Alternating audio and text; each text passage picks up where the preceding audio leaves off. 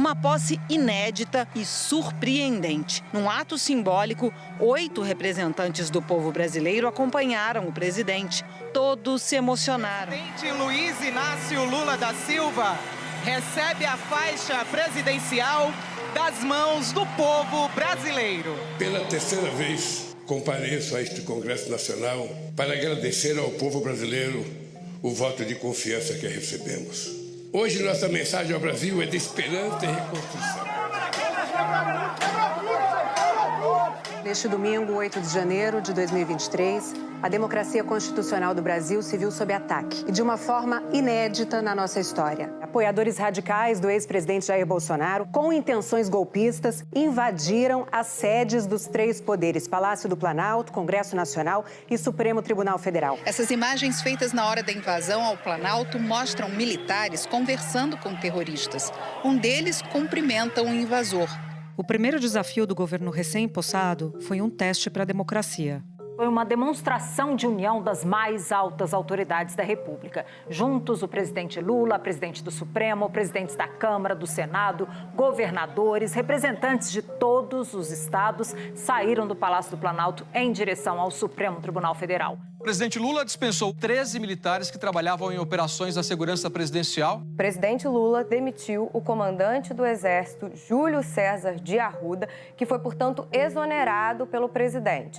No lugar dele, vai assumir o general Tomás Miguel Ribeiro Paiva. Temos, de um modo geral, a preocupação com esse distensionamento do país. Em relação às Forças Armadas, nós avançamos bastante. O clima hoje é muito melhor. Com o clima distensionado, veio a pressa para entregar promessas feitas na campanha. Nós não temos muito tempo para ficar pensando o que fazer. Nós temos que começar a fazer porque o mandato é muito curto. O governo começou os pagamentos do novo Bolsa Família. O valor médio é de R$ 670. O presidente Lula assinou hoje uma medida provisória para a retomada do programa habitacional Minha Casa Minha Vida. O governo anunciou que vai entregar também 186 mil casas que estavam com obras paradas ou atrasadas. A saúde voltou, o Mais Médicos voltou e voltaram para ficar definitivamente nesse país. Voltou também o Programa Nacional de Imunizações, que se tornou referência no mundo. Entre os desafios gigantes está o de fazer girar a roda da economia, processo que passa pelo equilíbrio das contas públicas em meio à inflação e juros altos. Não é possível que a gente queira que esse país volte a crescer com uma taxa de juros de 3,75%. Acho que esse cidadão que foi indicado pelo Senado tem a possibilidade de maturar, de pensar e de saber como é que vai cuidar desse país. Porque ele tem muita responsabilidade. O mercado está tateando a relação com o governo. Depende demais dos sinais que o governo vai colocar. Depois de 3 meses de trabalho e negociações, o ministro da Fazenda, Fernando Haddad, e a ministra do Planejamento, Simone Tebet, apresentaram hoje a proposta do governo federal para as novas regras de controle de gastos. Talvez não tenha 100% de agrado, mas a gente vê agentes financeiros do mercado gostando do que estão vendo, o Congresso reagindo bem. Mas o X vai ser as nossas negociações para ver que projetos e que votações nós vamos ter que fazer após para ajustar o arcabouço, como, por exemplo, na tese que o governo defende de não aumentar impostos. Isso aqui não é uma bala de prata que se resolve tudo. Isso aqui é o começo de uma longa jornada.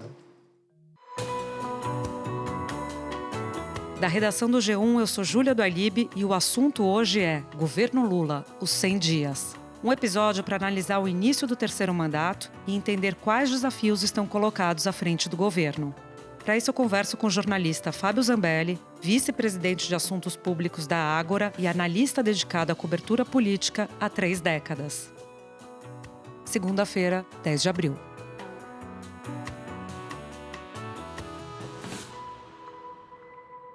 Zambelli, um evento que marcou o começo da gestão Lula, sem dúvida nenhuma, foi o 8 de janeiro, um evento inédito na história do país. Como você avalia que esse evento moldou o início do governo Lula e como você avalia a resposta que foi dada a ele? Olha, Júlia, nesse processo de transição e do início do novo governo, tem um antes e o depois do 8 de janeiro. Eu diria que o governo Lula tem conseguido até agora fazer do limão uma limonada, ou seja, evidentemente foi um marco, uma data que vai entrar para a história como talvez a mais triste e trágica da nossa democracia. Houve um risco de golpe, a preocupação com a estabilidade institucional e aquela tensão com a aderência entre os militares. Isso foi muito negativo para quem estava começando a governar e acabou atrasando um pouco a formação da estrutura do novo governo. Agora, o que o Lula fez politicamente do 8 de janeiro é um ponto que eu chamo a atenção. Foi um episódio que funcionou como uma espécie de validador do ponto de vista institucional para o governo Lula. As instituições, os poderes, incluindo ali até os governadores de oposição, eles se uniram em torno do presidente, que era claramente o alvo daquele ato golpista, violento e criminoso. Então, em todos os movimentos do Lula até agora, nesses 100 dias, ele leva em consideração esse colchão de apoio institucional que conquistou com o 8 de janeiro. Isso acabou ajudando, na minha avaliação, o Lula na relação com o Supremo, na relação com o Congresso, que era muito hostil naquele momento, e também com os governos estaduais, especialmente aqueles do Centro, Sul e do Sudeste, acabou pavimentando a governabilidade. Uma das imagens que eu acho que sintetizam isso que você está dizendo é aquela em que ele atravessa a Praça dos Três Poderes com diferentes governadores na esteira da tentativa de golpe. Você acha que ele ainda tem esse apoio que você cita em diferentes poderes também, ou ele perdeu isso no decorrer dos meses? Em relação aos governadores, é difícil falar em apoio, né? Não era um apoio político, era mais uma manifestação de solidariedade institucional em relação ao presidente, que foi alvo de um ataque, um alvo de uma tentativa de golpe. Aquele movimento, na minha avaliação, essa foto que você mencionou, Júlio, principalmente com os governadores, ela estabeleceu parâmetros para essa relação. Quer dizer, não dá para o governante que assumiu agora o seu estado na onda de Jair Bolsonaro virar oposicionista sistemático ao presidente. Nesse ponto, eu acho que funcionou sim. Em relação aos outros poderes, eu acho que tem situações distintas. No Supremo, ainda existe um caldo daquele 8 de janeiro, na medida em que há uma espécie de um alívio ali entre os principais ministros, entre os ministros, os 11 ministros no caso, em relação ao que acontecia na gestão anterior, né? Quer dizer, você sai um governo que promovia um ataque quase que permanente ao Supremo. Eu fui do tempo que decisão do Supremo não se discute, se cumpre. Eu fui desse tempo. Não sou mais.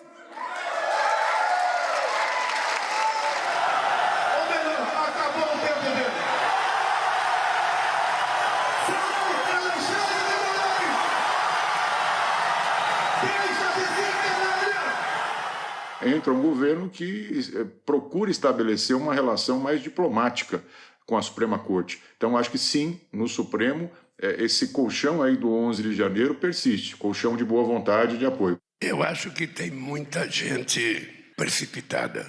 Primeiro porque quem escolhe sou eu. Eu não estou preocupado com a escolha. Eu lamento que o ministro Lewandowski tenha completado 75 anos e tenha tido que se aposentar. Mas a escolha do substituto dele será feita por mim no momento que eu achar que deva fazer. Mas o critério de escolha da forma que vai ser escolhida para apresentar ao Senado vai ser feita por mim. No Congresso, aquele momento do 8 de janeiro marcava o início da formação da base do novo governo. Ela começou ali na transição com a PEC aprovada na reta final do governo anterior, mas ela vinha se consolidando na montagem das eleições das duas mesas, da mesa do Senado e da Câmara, quando veio o 8 de janeiro, e de alguma forma colocou balizas nessa relação. O próprio Arthur Lira participou dessa foto que você falou, o Rodrigo Pacheco, os vencedores nas eleições das duas casas, estavam presentes nessa fotografia. Os chefes dos três poderes da República participaram de reunião no Palácio do Planalto para tratar dos atos terroristas desse domingo. Lula, Rosa Weber, Arthur Lira e Vitaldo Rego publicaram nota conjunta em que rejeitam os atos golpistas, reafirmam as providências institucionais de cada poder e conclamam a sociedade a manter a serenidade em defesa da paz e da democracia. Então, de alguma maneira, serviu para amarrar os três poderes numa agenda de novo governo, de reconstrução dos parâmetros que foram rompidos ali no 8 de janeiro. Agora, olhando para diferentes setores do governo, Zambelli, queria começar te perguntando sobre a questão social, que é o cartão de visitas dessa atual gestão. Houve uma reedição de programas de Lula 1, Lula 2, e houve a tentativa de resgatar algo que foi interpretado como uma destruição e que de fato foi, se olharmos para determinados setores, do governo anterior. Como é que você avalia esses passos que foram dados na área social pela atual gestão? O mantra desse início de governo, se eu tivesse que botar uma linha assim, é cumprir aquele compromisso que foi feito na campanha de colocar o pobre no orçamento e o rico no imposto de renda. Isso é uma figura de linguagem, mas que funciona para determinar a diretriz de cada programa, de cada iniciativa desse novo governo. Se a gente for olhar com cuidado, em todas as pastas, tem lá esse componente de atender a base social do presidente com com um simbolismo muito forte no discurso e também nas iniciativas, nas providências práticas. Então, quando ele faz esses acenos à base social, aí vamos falar naturalmente de Bolsa Família, uma reconstrução ali dos parâmetros de ganhos do salário mínimo, né, sinalizando novos programas sociais nessa linha, né, de atender a população mais pobre, ele está procurando manter aquecida essa relação com a sua principal base social, que dá a ele ali cerca de 38, 40 pontos de bom e ótimo, que eu acho que é um número expressivo, e está fazendo também um movimento de assegurar a esse eleitor que não haverá o que ele chamava ali de estelionato eleitoral, quer dizer, não teve uma mudança de discurso e de prática depois da eleição. Então a gente pode olhar, essa marca é muito presente nesses 100 dias de governo. Agora, o segundo ponto que eu queria mencionar aqui, Júlia, é que além dessa preocupação social, que eu acho que também está presente ali no que o Lula chama de construir um cenário para o tal do espetáculo do crescimento, né, de novo. E nós estamos acreditando que esse país vai voltar a ser um país em crescimento, em geração de emprego, que essa é a nossa obsessão agora. Ou seja, é importante mostrar para as pessoas, ou pelo menos manter, né, nessas pessoas uma expectativa de que as coisas melhorem, a esperança de que a vida vai melhorar, né? Se não no início desse governo, porque eu acho que tem uma expectativa muito modesta em relação ao PIB desse ano e do ano que vem, mas pelo menos projetar essa expectativa, essa perspectiva para o final do mandato. E tem um terceiro ponto, Júlia, se você me permite colocar, que dividindo assim esses 100 dias em blocos, né? Esse terceiro bloco, que eu chamo, é aquele chamado bloco da frente ampla, né? Que você mencionou, muito voltado para a revisão, para o certo revisionismo de algumas medidas que foram tomadas no governo anterior e até no governo Temer, que o atual presidente e o PT consideram ilegítimo. E esse processo está muito presente no que a gente tem visto nos últimos dias, né? Mudanças em relação ao marco do saneamento.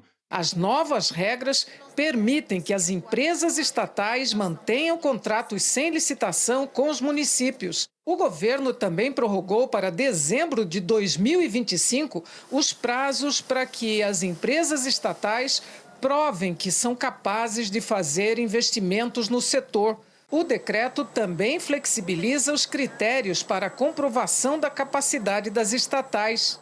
Sinalizações de possíveis mudanças na política de preço da Petrobras, revisão até de processo de privatizações, tem uma série a mudança no ensino médio. Esse revisionismo, essa mudança de chave, ela faz parte dessa agenda que eu chamo de frente ampla. Por quê? Porque ela contempla, Júlia, como você mencionou, esse processo que o Lula chama de reconstrução. E reconstrução serve para, sobretudo se a gente fala de saúde, educação, políticas públicas na cultura, em alguns segmentos que foram abandonados, digamos assim, pela gestão anterior, serve para criar nesse eleitorado que não é lulista, não é 100% Lula, mas que votou no Lula contra o Jair Bolsonaro, um certo alívio, uma certa sensação de que, olha, eu posso não concordar com a política econômica do governo, mas olhar para o passado e para o presente eu vejo mudanças, eu vejo avanços. Então, de alguma maneira, o Lula tenta equilibrar essas agendas para manter aquecida aqueles 51% que votaram nele no segundo turno.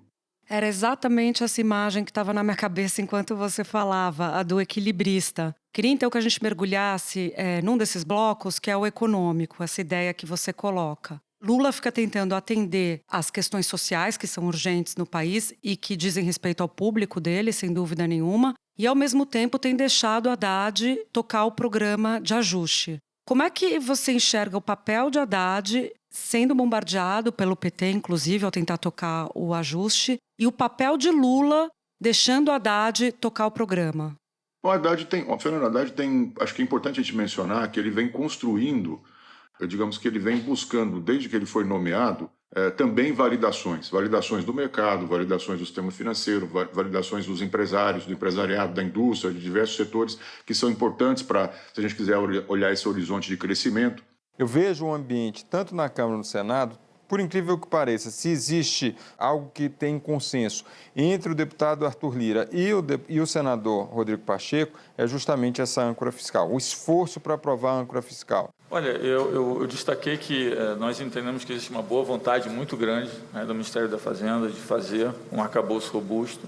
A gente reconhece o esforço que está sendo feito pelo Ministério da Fazenda. Acho que denota claramente uma preocupação com a trajetória da dívida. A classe política, me parece que tem sido, até nesse início de gestão, a relação dele, por exemplo, com Arthur Lira, tem sido uma demonstração de como o Haddad mudou, de como ele está hoje, de alguma maneira, instruído e preparado para fazer esse jogo político, que era uma coisa que preocupava um pouco o mercado, os tomadores de decisão na virada do ano. Então, dentro desse contexto de que ele ainda está buscando validações e ainda está enfrentando... É difícil falar em ala política, né, Júlia? Porque ele também é um político, foi candidato, foi prefeito, foi ministro, sempre foi uma liderança no PT. Então, quando se fala em disputa de ala política, ala econômica, eu discordo um pouco dessa construção, dessa semântica, mas, enfim, é o que se coloca um pouco. Tem um grupo olhando um pouco mais as medidas de alcance social ali, que estão no entorno do presidente, o chamado núcleo duro, ligado ao PT, a direção do PT, e a governadores mais da região Nordeste, que estão ali no entorno do presidente, e tem o Haddad que está procurando transformar suas políticas econômicas numa espécie de elo entre essa questão da responsabilidade fiscal e a responsabilidade social, né, que foi uma dicotomia presente na campanha e na transição. Nós sabemos que nós temos que ter responsabilidade fiscal. Nós sabemos que a gente não pode gastar mais do que a gente ganha, mas nós sabemos também que a gente pode gastar para fazer alguma coisa que tenha rentabilidade para fazer o país crescer. Eu entendo que até então o Lula tem arbitrado nas questões que envolvem a chamada ala política e o grupo do Haddad de uma forma a preservar o seu ministro da Fazenda. Eu não vi nenhum movimento do Lula até hoje, desde a posse, que tenha desgastado de forma ostensiva o Haddad. Acho que, pelo contrário, teve alguns momentos ali que o Haddad foi um dos poucos ministros, ele hoje é um dos poucos ministros que chega ao presidente com alguma intimidade, inclusive faz observações que corrigem rotas. Eu não vejo na esplanada outros ministros que têm dito não, que têm dito para o presidente que melhor ir para outro caminho. Então ele tem conseguido validar, eu acho que com uma relação política forte com o Congresso e uma validação hoje dos atores do sistema financeiro, ele tem conseguido equilibrar essa balança. Mas, assim, é importante dizer que está começando o jogo, né? A regra fiscal, por exemplo, que foi vista como uma vitória do Haddad, é como mesmo o próprio ministro diz, é um plano de voo. A execução dela é que vai testar, de fato, a vitalidade política do Haddad. Espera um pouquinho que eu já volto para continuar minha conversa com o Fábio Zambelli. Zambelli, aí a gente olha para a questão dos juros, né? Existe uma grande aflição nesses 100 primeiros dias e ela é verbalizada a todo momento pelo presidente, que é o crescimento. E o crescimento com a taxa 13,75 é difícil de acontecer, pelo menos na velocidade que Lula 3, a sua gestão, espera. Como é que você enxerga esse embate que dominou esses 100 primeiros dias entre Banco Central e o presidente? Na minha avaliação, e pelo que eu tenho ouvido de fontes do governo, existe um diagnóstico claro ali no Palácio do Planalto de que essa discussão dos juros, essa entrada mais vigorosa, mais beligerante do Lula nesse debate com o Banco Central, que conduz a política monetária, foi interpretada como a grande vitória política, o único momento, talvez, nesses 100 dias, em que o presidente Lula conseguiu furar a bolha, quer dizer, conseguiu falar com uma parte da sociedade que não votou, que não apoiou em outubro do ano passado. E os números têm nos autorizado a esse diagnóstico, à medida em que você enxerga que 80% dos eleitores, segundo as pesquisas, apoiam a queda de juros, ou seja, concordam com Lula que a taxa de juros está muito elevada. Não existe nenhuma justificativa para que a taxa de juros esteja, nesse momento, a 13,5%. É só ver a carta do cupom para a gente saber que é uma vergonha esse aumento de juros e a explicação que eles deram para a sociedade brasileira. Então, isso, por si só, já explica um pouco por que Lula está insistindo nisso. Não é só, acho que tem uma preocupação estratégica, evidentemente, de entender que essa taxa que está aí, essa Selic que está aí, ela trava aí uma expectativa de um crescimento que seja acima do 1,2%, que acho que está contratado para esse ano. Essa taxa também acaba inibindo um pouco o crédito, né? O governo Lula, se a gente for olhar no passado, era uma equação muito evidente que ele tratava para projetar aquele espetáculo do crescimento de 2010, que tinha uma política forte de subsídio, mas também tinha um consumo das famílias que empurrava o crescimento. E o consumo das famílias depende de crédito, depende de financiamento.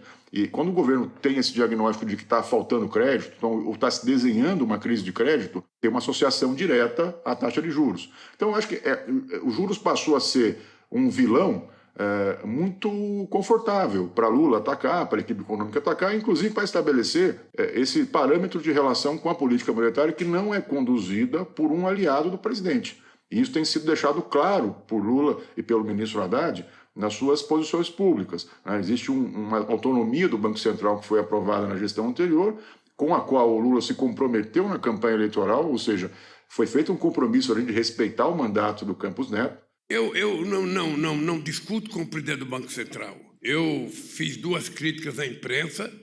Ele deve explicações, não a mim, ele deve explicações ao Congresso Nacional, a quem o indicou, porque ele tem muita responsabilidade.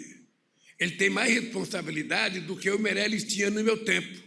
É importante dizer que quem é o malvado da história não é um cara do Lula, é um cara do Bolsonaro. Isso faz parte também da construção da narrativa política desses 100 dias. Concordo com você, Zambelli.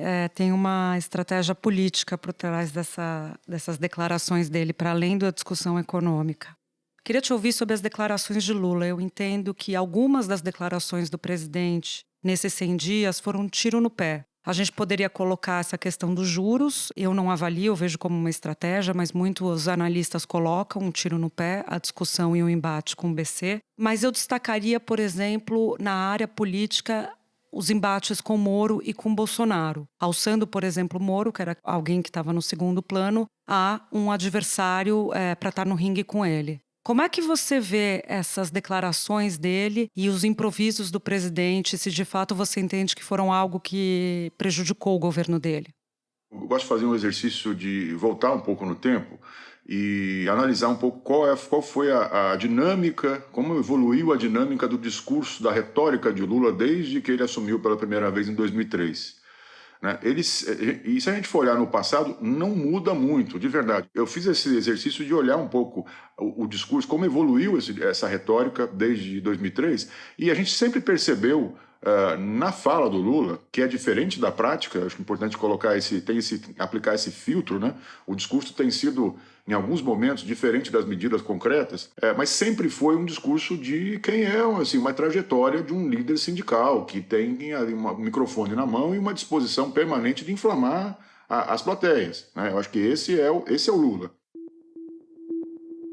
O Lula Paz e Amor, ele foi uma construção quase que de publicidade, de marketing, foi feita, né? E na época ele tinha gurus, né? Bom dizer que é coisas que não existem figuras que não existem nesse governo Lula 3, são os gurus. Naquele momento você tinha um marqueteiro, que era o Duda Mendonça, e tinha um guru político, que era o Zé Dirceu, né? Que tutelavam, de alguma maneira, o que o Lula tinha que falar, né? Nesse terceiro mandato, o Lula, eu diria que ele não tem esse guru. Essa figura não tinha na campanha e não tem na gestão. Você tem pessoas, tem ali uma matriz de influência em torno do presidente que não é política essencialmente, tem uma matriz política que está numa segunda camada, que eu chamo que é a camada dos ministros, do núcleo duro, mas quem está colado no presidente hoje é o que eu chamo de República de Curitiba, né? São as pessoas que tiveram com Lula no pior momento da vida dele, que foi durante os 500 e poucos dias em que ele ficou preso. E aí inclui-se a primeira-dama, Janja, né? Alguns outros personagens auxiliares e assessores que estiveram com ele ali, enfim, e a Gleisi Hoffmann, presidente do PT, é uma delas. Então você vê 2 pessoas que não têm cargos no governo, a Janja e a Gleisi, com muita influência sobre o discurso do presidente. E mais do que isso, Júlia, não tem um ministro ou um colchão ali, um núcleo, um grupo de ministros e auxiliares políticos que tem assim autoridade e autonomia para dizer não para o presidente. Então, essa percepção de que não existe uma figura, um guru, um mentor, alguém que direcione o discurso do Lula, ela deixa ele muito livre, muito tranquilo para contratar essas crises que até, eu concordo com você, são desnecessárias, como esse caso do embate com o Sérgio Moro. E perguntava tudo bem, falava, não está tudo bem, só vai estar bem quando eu fuder esse muro. Não se escorta a palavra fuder. E na minha avaliação, isso só beneficiou o Sérgio Moro. O Lula ficou um pouco ali como um personagem que ressuscita uma figura que estava bastante opaca, bastante escondida na disputa, no debate político nacional. Acho muito impressionante você citar esse entorno de Lula que estava com ele em Curitiba, porque sem dúvida nenhuma são as pessoas que hoje mais influenciam no poder. Desde Janja até a secretária particular dele, o secretário, enfim. Zambelli, queria te ouvir sobre os militares, que foram um fator de muito estresse no governo Bolsonaro e havia uma expectativa muito grande sobre como seria a relação deles com Lula. Aí é mais um ponto que remete ao 8 de janeiro, né? De quem que a senhora é esposa mesmo? Do general Vilas Boas. A esposa do general Vilas Boas. Uma celebridade. Esposa de uma celebridade também. Né? Tamo junto. Pelo Brasil, né? Brasil. Selva. Selva. Se não houvesse o 8 de janeiro, possivelmente, o comandante do Exército hoje seria o general Júlio César Arruda, que era visto ali pelo governo até como um simpatizante de Bolsonaro, né? E que o ministro José Múcio ali escolheu naquele momento como alternativa para não criar muito barulho, porque ele seguia aquele critério da antiguidade. O 8 de janeiro, Júlia, permitiu ao Lula que ele ejetasse o comandante do Exército sem contestação quase alguma, porque o Lula criou, a partir, de novo, fazendo do limão uma limonada, né? Ele criou condições políticas para trocar. E o ingresso, na minha opinião, do general Tomás Ribeiro Paiva foi uma espécie de divisor de águas nas Forças Armadas, nas tropas, porque ele assume com uma fala forte de respeito ao resultado da eleição e de despolitização do Exército. Então, essa é a mensagem que eu quero trazer para vocês. O que pese o turbilhão, os terremotos, os tsunamis, nós vamos continuar íntegros, coesos, respeitosos e garantindo a nossa democracia. E quando a gente vota, tem que respeitar o resultado da urna. Não interessa. E a gente esquece, né, Júlia? Parece que faz muito tempo, mas não. Eu diria que aquele sábado ali, o dia 21 de janeiro, foi uma espécie de segunda posse do Lula, na prática, porque ninguém governa se não comandar as Forças Armadas e havia ali aquela insegurança até então. Zambelli, para a gente terminar, eu queria que você nos ajudasse a fazer um prognóstico do que deve ser o Lula 3, com base no que a gente tem nesses 100 primeiros dias. A gente tem que olhar um pouco alguns números para depois avançar no prognóstico. Primeiro, eu acho que o Lula é um cara muito sensível à popularidade. Se ele olhar assim, o que aconteceu nos 100 dias e fizer um balanço de o número de aprovação que o Datafolha trouxe, por exemplo, o cenário é bastante razoável para o Lula. 38% dos entrevistados consideram o governo Lula ótimo ou bom, 30% regular, 29% ruim ou péssimo e 3% não sabem. 50% acham que Lula fará um governo ótimo ou bom, 27% esperam um governo regular, 21% ruim ou péssimo, 1% não sabe. Ele venceu uma eleição com o Brasil completamente rachado, com 51% dos votos válidos, ou seja, tem metade do Brasil dizendo não para o Lula, e ele vai agora, depois de 100 dias, e aí a gente pode discutir as razões, mas ele tem, segundo o Datafolha, 38% de bom e ótimo, de conceitos bom e ótimo. Esse eleitor é um eleitor que acha que o Lula é bom ou ótimo, ele tem pouca dúvida em relação ao que está sendo feito, e em relação ao que ele espera do presidente. E mais do que isso, para mim o dado mais relevante do Datafolha é o índice de eleitores que consideram a gestão regular. Porque o regular, Júlia, não é aquele cara que odeia o governante, né? O regular ele aceita em alguns momentos e critica em outros. Ele vê alguns avanços, mas vê outros problemas. E tem nessa pesquisa do Datafolha um contingente de 30 pontos percentuais de regular. É muito alto. Fazer uma conta de padaria, e bem de padaria mesmo, porque não é possível fazer cientificamente essa conta, tem quase 20% ali, 20 pontos percentuais, né, de eleitores que não votaram no Lula no segundo turno, que hoje já falam que o governo não é tão ruim assim. Isso é uma vitória para o Lula, porque a perspectiva que a gente enxergava, se a gente for olhar as pesquisas da virada do mandato, era de uma hostilidade permanente de quase metade dos eleitores. Se o presidente consegue diminuir essa hostilidade, essa rejeição assim mais peremptória, é uma grande vitória do governo. O povo brasileiro não quer conflitos entre as instituições, não quer agressões. O povo brasileiro quer e precisa, isto sim, de muito trabalho, dedicação e esforços dos três poderes no sentido de reconstruir o Brasil.